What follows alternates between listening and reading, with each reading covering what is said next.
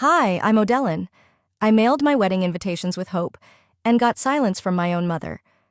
On the day I said I do, she posted picnic photos with my brother and called it family.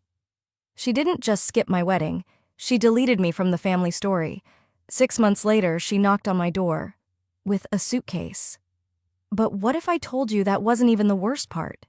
Before we begin, where are you watching from, and have you ever been cut out of your own family? Drop it in the comments. Because this story, it's not just mine. It might be yours too. I didn't panic. Not at first. When I mailed out the invitations for our wedding, handwritten envelopes, gold foil edges, each one sealed with care, I didn't expect fanfare, but I expected acknowledgement. Especially from my mother. I double-checked the tracker twice a week, hoping for a ping, a reply, anything. I saw her name light up under Viewed.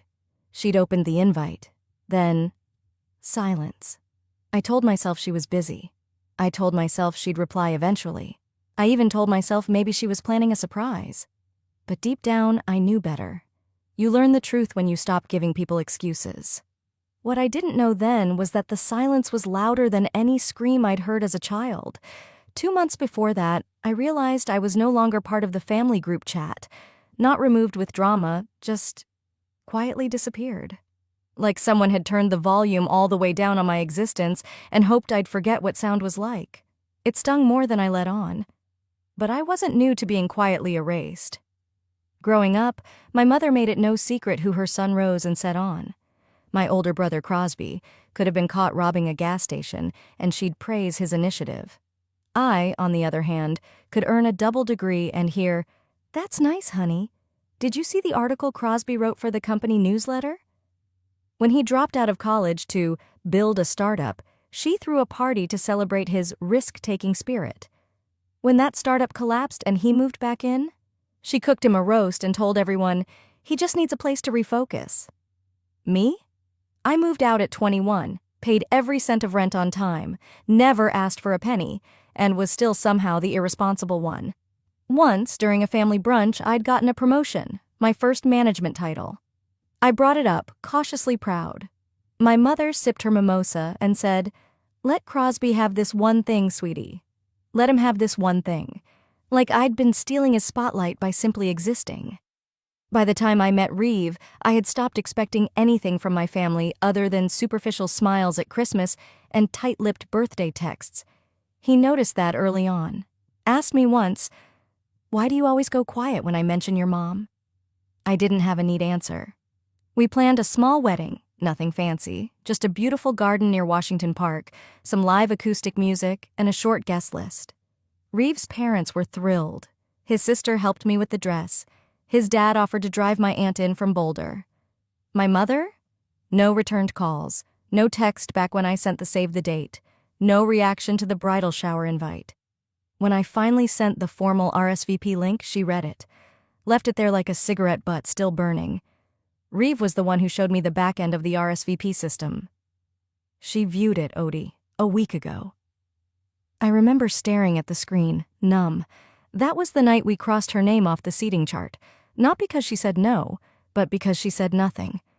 The morning of the wedding, the sun came up soft and golden. Reeve's family buzzed around the venue, fluffing tablecloths, stringing lights, laughing over memories they were building in real time. I stood in my dress, ivory lace, nothing flashy, and stared at the front row. There was one empty seat, meant for her. Guests thought maybe she was running late, but I knew. I'd known before I zipped up my dress. I'd known since that RSVP went unread, since my calls went unanswered, since I realized the last message in the group chat with my name in it was over a year old. Still, I smiled for the photos. I laughed during the vows. I danced like nothing was missing, but the bouquet toss felt like tossing hope into a void. And when I cut the cake, this perfect vanilla-tiered masterpiece with sugared roses, I noticed no one had touched the slice meant for her. Later that night, I boxed up that slice, put it in the fridge next to leftover champagne and Reeve's aunt's spinach dip. I didn't cry. 2 days after the wedding, my cousin Liddy texted me out of the blue. "Hey, not sure if you were meant to see this." Attached was a screenshot. a message from my mother in the new family group chat. Molin's engagement party will be our real celebration. My fingers went cold holding the phone, not because I was surprised, but because it confirmed what I'd always suspected. I hadn't just been forgotten, I'd been replaced. Reeve came into the room and asked if I wanted to take a walk. I told him I was fine, but even I didn't believe it when I said it. That night, I lay in bed, phone face down beside me, and stared at the ceiling. It wasn't rage I felt. It was that slow, suffocating ache of being erased without noise. I didn't know how long I'd been staring at the ceiling. Maybe an hour. Maybe longer. At some point, the light shifted in the room, that golden post-wedding glow dissolving into the cool gray of a Monday morning. I rolled over, reached for my phone, not to check messages, because I knew better by now, but to scroll, numb and automatic. Instagram opened itself like muscle memory. I barely blinked as I tapped through stories, and then I saw it. A picnic. A perfect, curated picnic spread out on a blue and white checkered blanket beneath the same bright sky I got married under. Plates of sandwiches, cut watermelon, a charcuterie board with honeycomb and brie, my mother holding a sparkling lemonade in a stemless glass, Crosby in a button-down like he was auditioning for a lifestyle ad, Zinnia, his girlfriend, no, fiancé now, snuggled up on his arm, flashing a diamond the size of a teardrop. The caption under the post? Celebrating the ones who matter most. I didn't feel the phone slip from my hand until it bounced on the carpet. I didn't cry. I just stared at the image burned into my mind.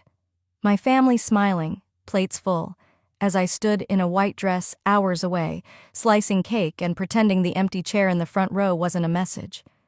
I got up, walked to the kitchen, made coffee on autopilot. Reeve was still sleeping in the other room. I didn't wake him. Some part of me wanted to sit with the silence. I'd gotten good at it over the years. As a kid, I used to measure my worth in fridge magnets. My mom had this laminated progress board for Crosby and me. His column was always full, honor roll stars, spelling bee ribbons, even a photo of him holding a plastic trophy from a church basketball league. Mine? A participation ribbon from the science fair, a faded perfect attendance badge. One time, I got second place in an essay contest, and she said, "That's sweet, honey, but Crosby just got MVP last weekend." Then she added his laminated photo to the board before mine even had time to stick. When I got my first A in calculus, she called it lucky. When Crosby dropped a course, she said he was strategically managing his load. Everything I did felt like a warm-up act for his main event. Later that afternoon, Reeve woke up and padded into the kitchen, hair tousled, still in his t-shirt. He poured himself a cup of coffee, leaned against the counter, and studied my face. I didn't say anything, but he knew. He always did. "They didn't forget, Odie," he said softly. "They just chose not to show up."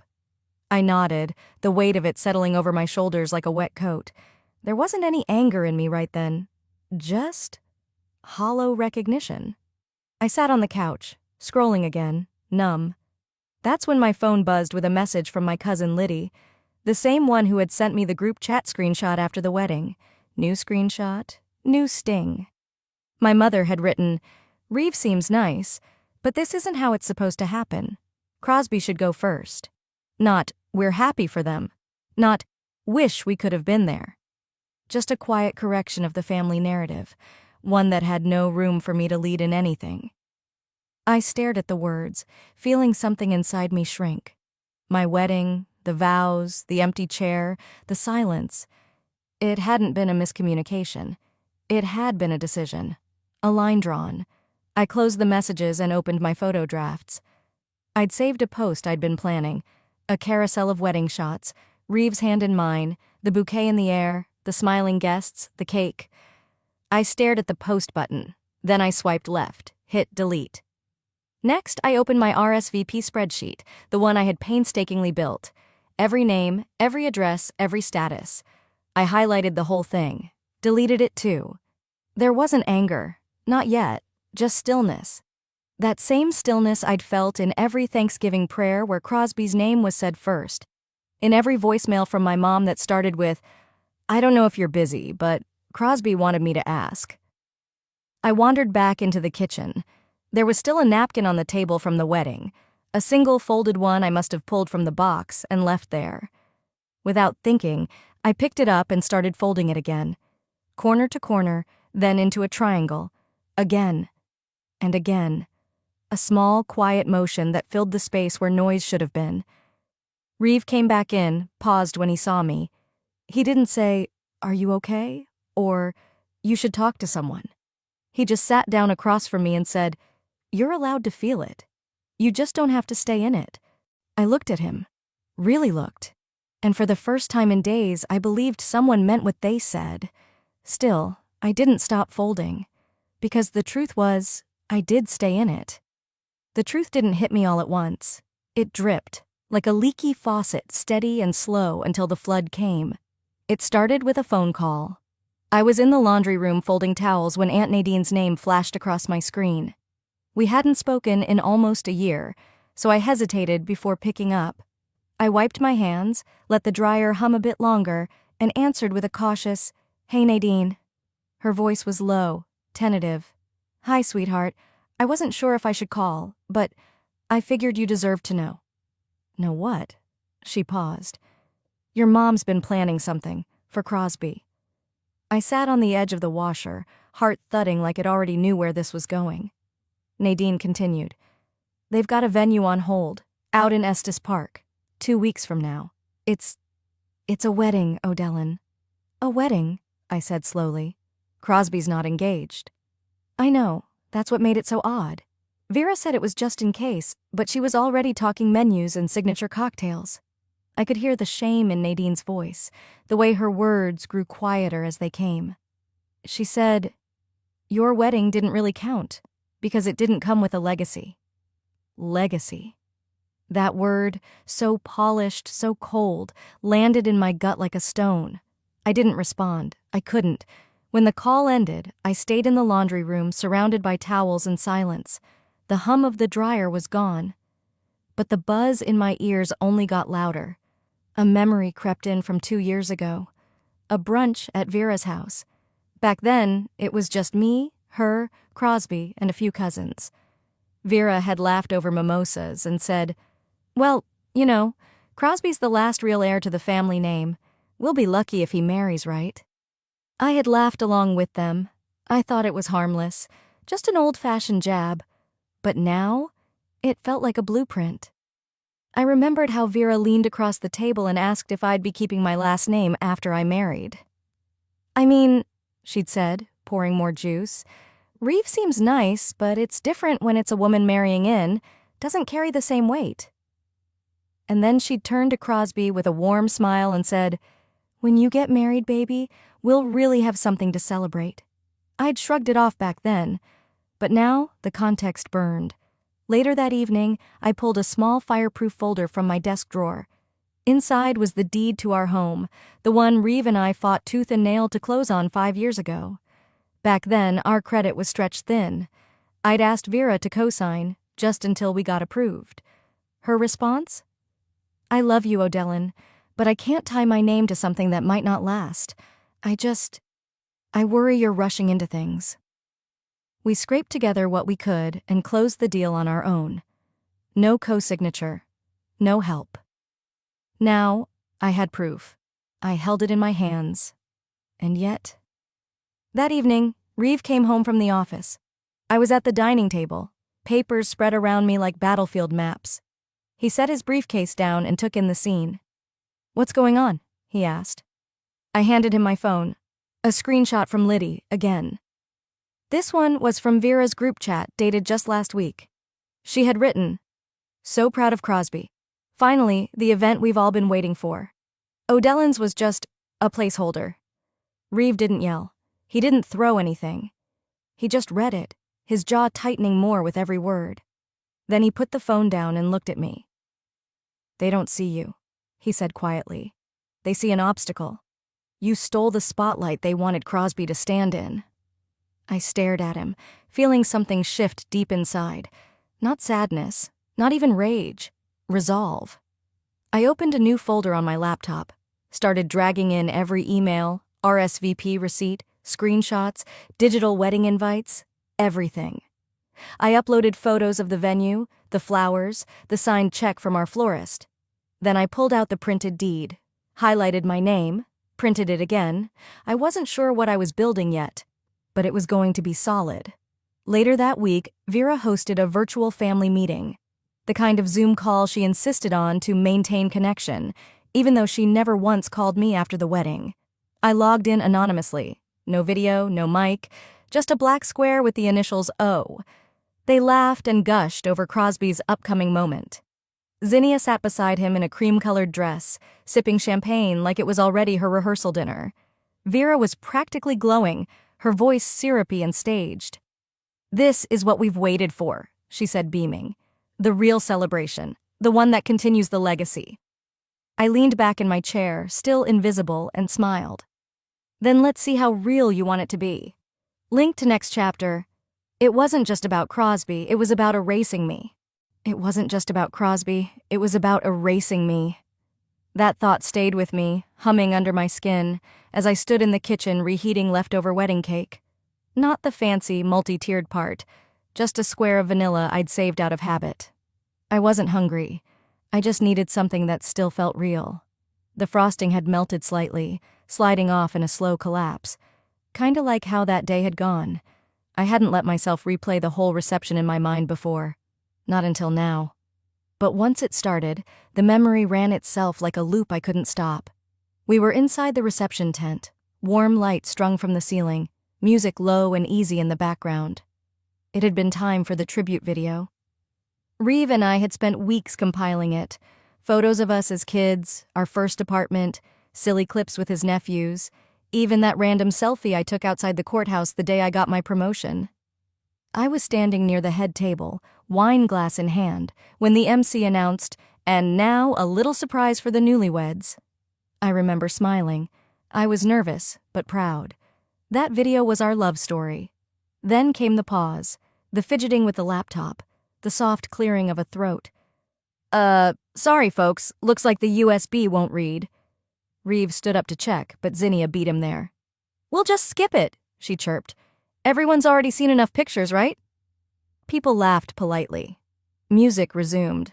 My stomach turned. At the time, I thought it was bad luck. One of those little wedding day glitches everyone warned me about. Like a boutonniere falling off, or a mispronounced name. Nothing worth making a fuss over. But now, I'm not so sure it was luck at all, especially not after what happened next.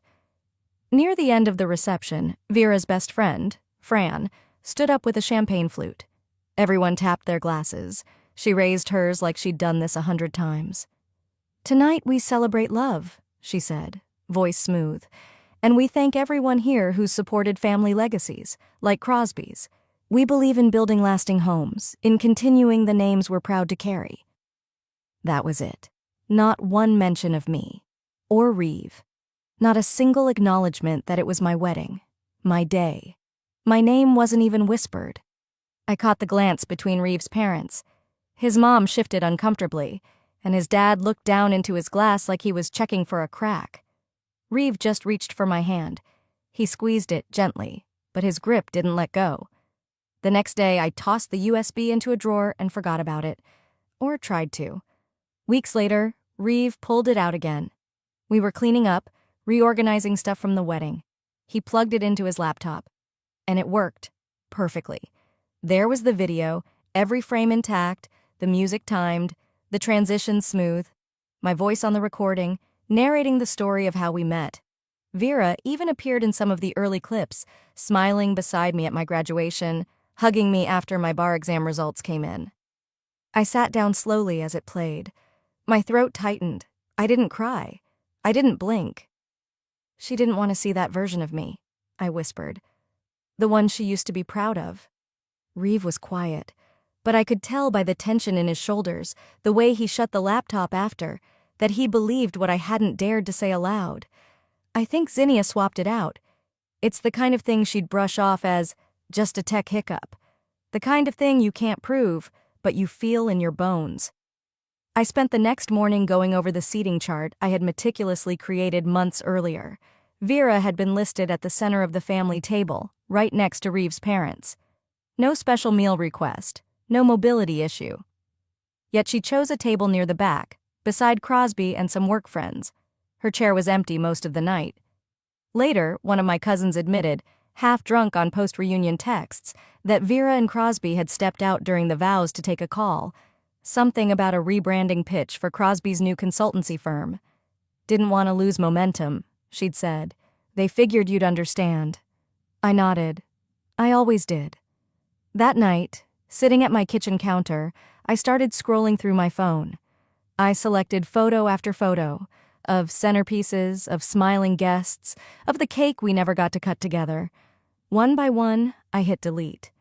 But then I stopped. There was a photo Reeve's sister had taken. I hadn't even noticed she'd snapped it at the time. It showed me, mid-laugh, with Reeve's mom and dad helping me into my dress. His dad was holding the train awkwardly like it might combust. His mom had one hand on my shoulder, the other adjusting a pin in my hair. I was looking straight ahead, not at them, not at the camera, just smiling, unaware. I didn't delete that one. Instead, I stared at it for a long time. Then I whispered, maybe out loud, maybe just in my head, maybe they were my real family that day. It was a Sunday afternoon when I heard the knock. Not the hesitant kind that asks for permission. No, this one was full-bodied, like someone arriving somewhere they felt entitled to be. I opened the door expecting a neighbor, maybe a delivery mishap. Instead, there stood my mother, Vera, 2 hard-shell suitcases behind her, a tote bag over one arm, her winter coat draped but unzipped. She wore a soft, curated smile, the kind you see in real estate agents mid-pitch. "Hi, sweetheart," she said, stepping forward like the welcome mat had been rolled out for her. "I thought I'd spend a little time here. Things are tight at Crosby's." I blinked. Not anger, not shock, just a hollow, sinking numbness that began somewhere in my spine and crawled its way into my jaw. She was already wheeling her luggage in before I could say anything. I didn't stop her. I didn't offer tea. But I also didn't slam the door. I stood there, like my own body had turned into someone else's foyer. By the time Reeve returned from the grocery store, she was sitting at the kitchen table, like it was hers. "I brewed chamomile," she told him, lifting the mug. "Still your favorite, right?" He gave her a look that wasn't rude, but certainly wasn't warm. Then he looked at me. I gave him the smallest shake of my head. Later that evening, she wandered into the living room, holding a framed photo of Reeve and me. "I knew this place had potential," she said, smiling to herself. "I remember when I helped you get the loan. Such a smart decision." I stared at her, stunned. My throat tightened. Because no, she hadn't helped. Not even a little. 5 years ago, I was scrambling to lock in the property, desperate for a cosigner after a freelance client delayed payment and my credit union got cold feet. I called her. I asked her plainly. She told me, "I can't attach my name to something that might not last. It's not personal. It's about stability." I had printed that loan decision letter and kept it, buried in my filing cabinet. Now, her voice echoed like it came from a parallel reality. "You didn't help," I said finally. Quiet, but firm. "You refused to." She waved it off. "Oh, you know how banks twist things? I was part of that journey. I told everyone you were building something special." I didn't know who everyone was, but I didn't have to wait long to find out. The next afternoon, Aunt Nadine rang the bell. She came by with a manila envelope of old tax papers, her arms wrapped in a faded green shawl, her expression tight. She stepped inside, greeted Vera coolly, and followed me to the back hallway with a whispered, "We need to talk." When we were alone, she passed me the envelope. "You should see this," she said. "I thought you already knew." But then I saw her car in the driveway. Inside the folder were printed emails, email chains between Vera and what looked like a lender. Subject line, "Loan extension discussion, Crosby property." There it was, in Vera's words. "We are leveraging my daughter's Denver home for documentation purposes. It's essentially my asset. I helped her acquire it. I manage the address. Happy to clarify." My fingers curled against the edges of the page. "She used my name to help Crosby?" I whispered. Nadine nodded, lips pressed tight. "They've been saying it's hers.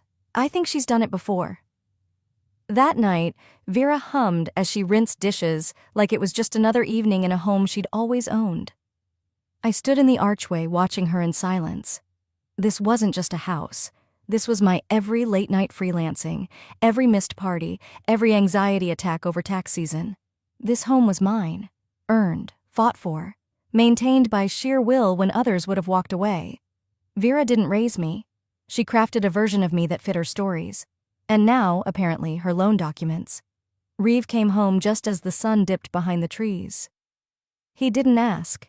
He saw it in my eyes. He set the groceries down, walked straight over, and wrapped his arms around me. "You don't have to let this continue," he murmured into my hair. "Not again." I nodded into his chest, the lump in my throat pressing upward.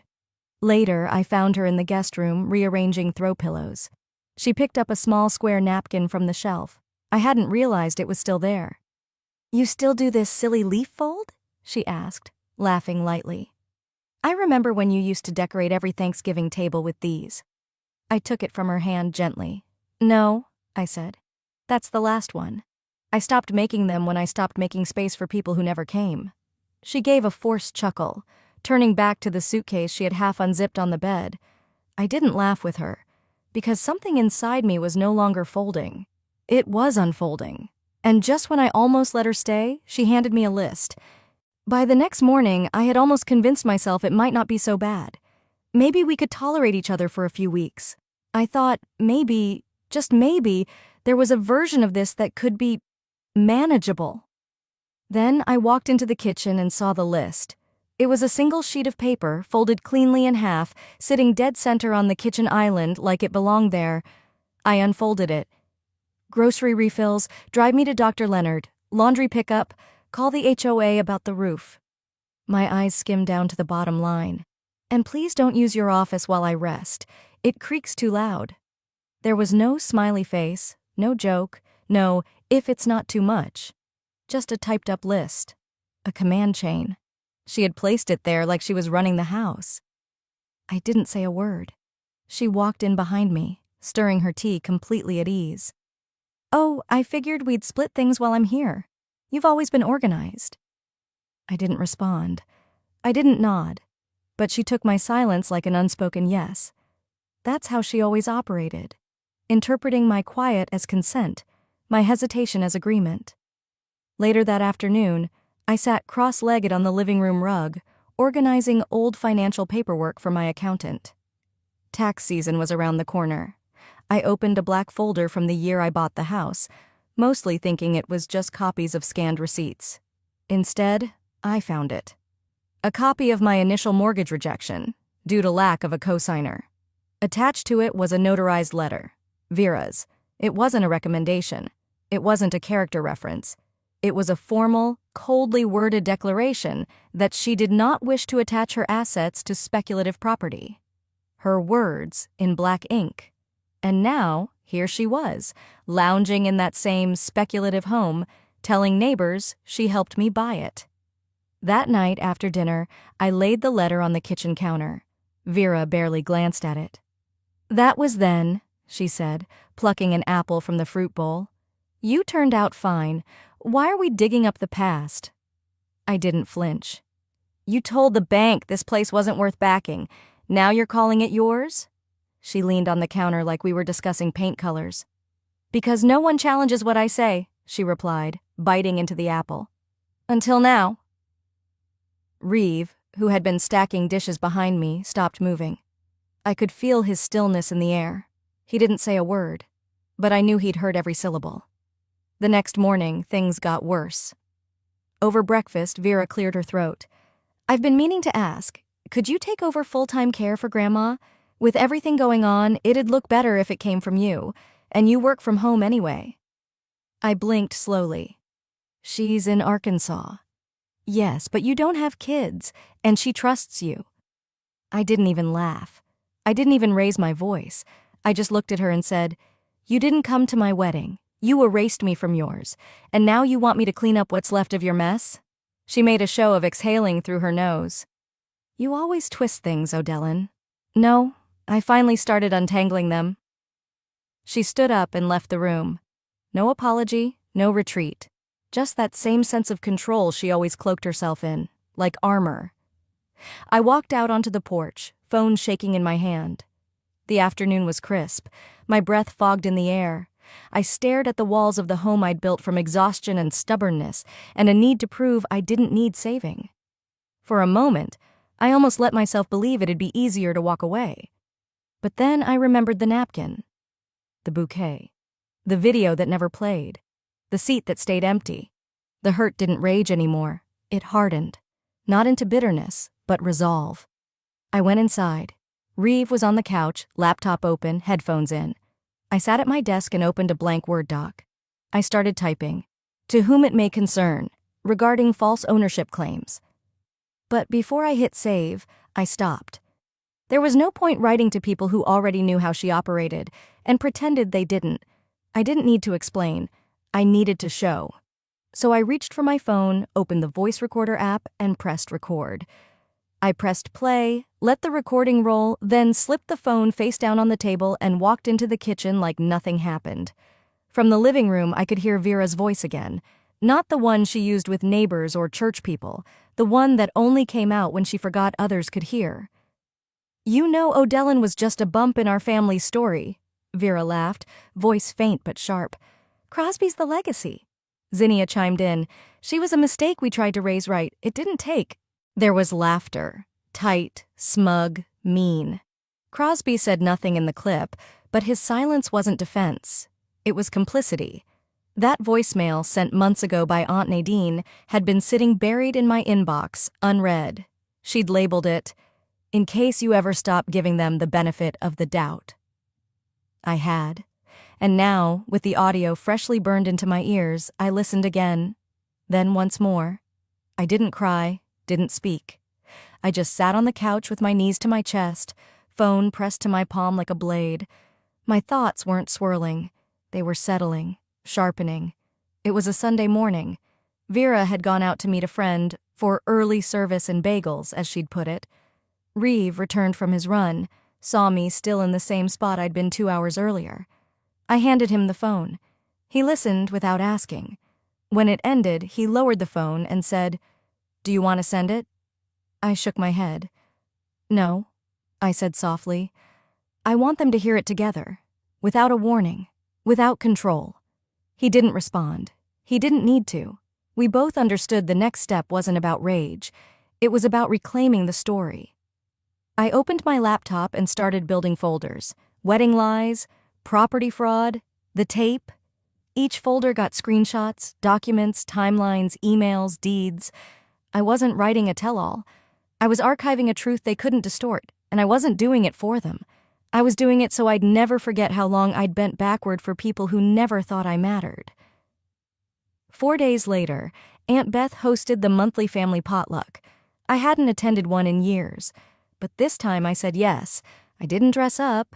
No makeup, no smiles, just jeans, a black sweater, and the confidence of someone with nothing left to prove.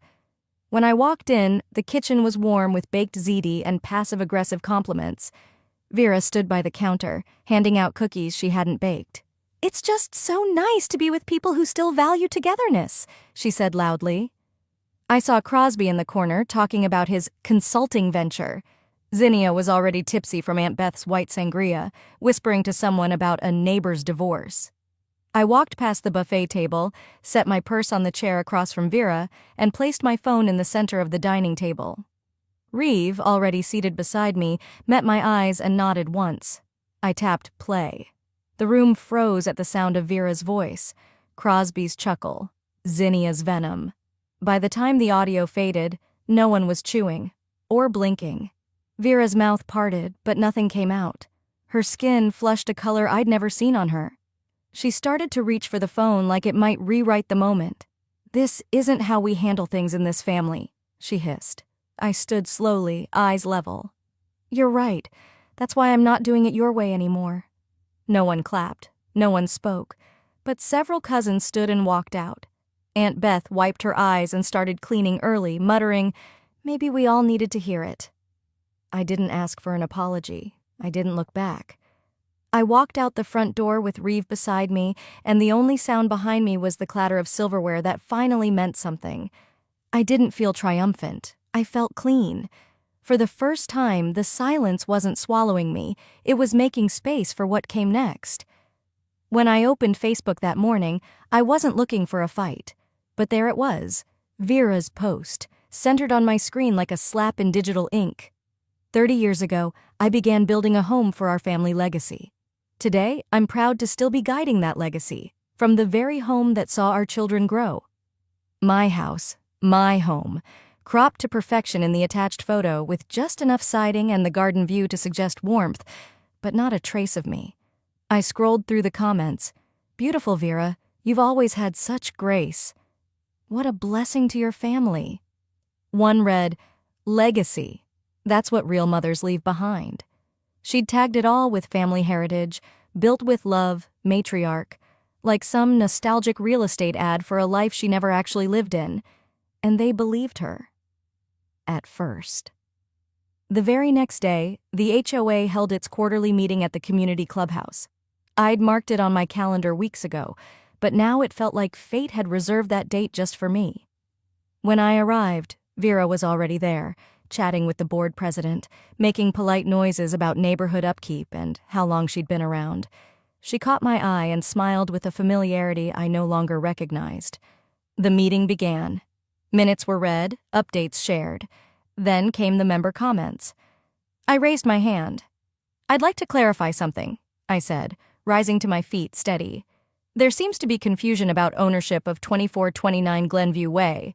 I placed a copy of the deed on the community table. This house was purchased under my name, with my finances, my credit, my career. Vera Lewis is not listed as owner, co-owner, or guarantor on any legal document. I paused. No one interrupted. For anyone confused, here are the mortgage approvals, the tax records, and the denial letter I received when I asked her to co-sign, 5 years ago. I didn't raise my voice. I didn't need to, because the room had gone completely still. Later that night, I uploaded a simple post to the neighborhood forum with 3 side-by-side images. Vera's post, my property documents, and the wedding tribute video. Yes, the one she'd sabotaged with the broken USB. The response was immediate. Wow, someone wrote. We always wondered why you were the only one out there weeding the flower beds. Another, that video broke me. How could they treat you that way? Thank you for showing us. By noon the next day, the thread had over 70 comments. People shared their own stories, of mothers who took credit, sisters who erased, families that dressed up betrayal as tradition. What stunned me wasn't just the outrage. It was the understanding, the kind that doesn't come from gossip, but from lived truth. Zinnia, predictably, tried to do damage control. Under a shared thread, she commented, Sad when people weaponize family for pity points. Real class shows in what you keep private. But then, Vera's old friend replied underneath, You were the one who told me not to attend Odellin's wedding. Don't push it. I still have the message. And just like that, the screen cracked open. Screenshots followed. Private messages leaked. Old allies began pulling away. One church acquaintance even commented, I donated to Crosby's business because Vera said the house was collateral. I'd like a word with someone about that. In the span of 48 hours, her decades-long image of dignity and self-sacrifice was collapsing under the weight of her own manipulation. I didn't cheer, didn't say, told you so. Instead, I received a message from someone I barely remembered, a woman who used to teach Sunday school when I was 7. I didn't know, she wrote, but I should have seen it. The way you carried yourself after that wedding, that was real grace. I'm sorry. And in that moment, something inside me softened. Not toward Vera, but toward myself. Because maybe, just maybe, I didn't have to fight to be seen anymore. Maybe the truth had already done the work for me. The week drifted by like mist. I stayed busy, answering neighbor messages, replying to emails from the HOA board, even baking a lemon loaf for Reeves' coworkers like nothing seismic had just split through my family. But then, on a Sunday evening, as I was folding laundry in the living room, I heard it. Not a knock at the front door, a knock at something deeper, like a weight dropped from memory. When I answered the door, the air was wet with the scent of fresh rain on concrete. Streetlights flickered over Vera's silhouette. She had no suitcase this time, no bags, no umbrella. Just her, shoulders tense beneath a tan coat, hands clasped like she wasn't sure what they were supposed to be doing. Her voice was soft, cracked. I don't know what to say. I didn't move from the threshold. I didn't smile. You already did, I said. Every time you said nothing. She looked away, blinking too fast. But no tears came. Not from her, and not from me. We stood there a moment longer, breathing in a silence that said more than apologies ever could. She asked if we could talk. Just us. No cameras, no posts. I stepped back inside, left the door cracked just wide enough for her words to slip through. I didn't mean to hurt you. Things just got complicated. I shook my head gently. This isn't about hurt anymore, Vera. It's about clarity. I've moved past needing an explanation. She frowned like she didn't understand, like the math wasn't mathing in her mind. I never thought you'd turn cold. I met her eyes. I'm not cold. I'm clear. And I closed the door. Not slammed. Just closed. The kind of close that doesn't echo. The kind that ends things. Later that night, Reeve sat beside me on the couch. We were quiet for a long time, watching the light rain tap against the windows like soft fingertips. He glanced over. Do you feel better? I thought for a while, searched for a word that wasn't false. Not better, I finally said. Just done. He nodded. Pulled me closer with one arm, his other hand still holding the remote he hadn't touched in 20 minutes. That's what healing sounds like, he said. And we just sat there. No talking, no television. Just breath and rain and knowing. Weeks passed. One Saturday morning, I hosted brunch for Reeve's family. His parents brought pastries. His sister brought her 2 kids, one of whom darted straight into my kitchen while I was setting the table. The little girl, maybe 7, stopped beside me and tilted her head. That's pretty. Who taught you that? She was staring at the napkin I'd just folded, leaf-shaped, delicate, creased with care, an echo. I hesitated. No one who stayed, I said, gently pressing the napkin beside her plate. But someone who taught me what leaving looks like. She didn't understand. She didn't need to. She just smiled and ran off to find orange juice. That evening, I sat with my journal, unsure how to end something that had already ended so many times before. So instead, I wrote the truth. My mother didn't just skip my wedding. She skipped showing up for the woman I became. I paused, then added, but I no longer measure love by who claps the loudest, or who posts the most. I measure it by who shows up when no one's watching. That was the thing about building a life. You start thinking it's about who shows up for the milestones, birthdays, vows, housewarmings. But really, it's about who brings in your trash bin when you forget, who checks the pilot light when your heater sputters, who folds beside you, not to criticize, but just to be near. I closed the journal and whispered out loud, sometimes the family you build is the one you finally get to choose. And I meant it. Have you ever closed a door? Not out of hate, but because you finally loved yourself enough? Sometimes the deepest wounds come not from strangers, but from the silence of those we once called home. When love is measured by loyalty to a legacy instead of the person in front of you, someone always ends up erased. Have you ever been written out of your own story, just to protect someone else's image? If this story moved you, share your thoughts below. And don't forget to subscribe for more powerful stories like this, because healing from family drama takes more than time. It takes truth.